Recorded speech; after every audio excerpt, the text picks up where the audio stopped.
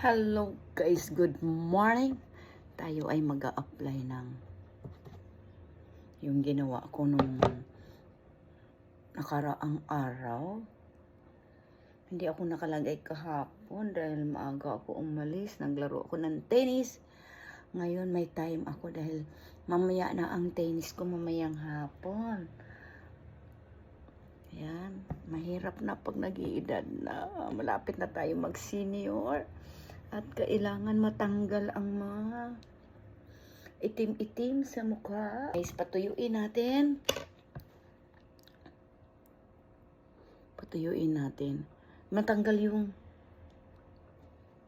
tsaga-tsaga lang talaga. Ayan. Ito, ginawa ko to, bigas at saka balat ng latundal o yung lakatan. Mas maganda lakatan guys kasi makapal yung balat. Yung latundal kasi manipis yung balat. Kaya lakatan ang bilhin nyo.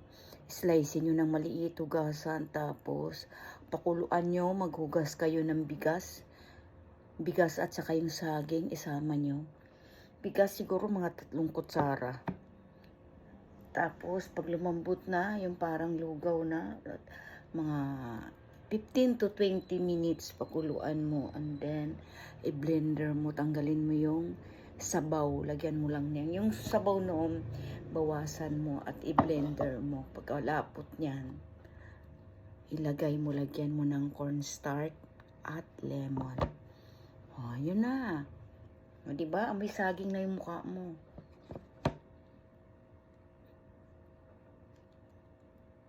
O, diba? Less. Hello guys, ito yung lamusang ko na.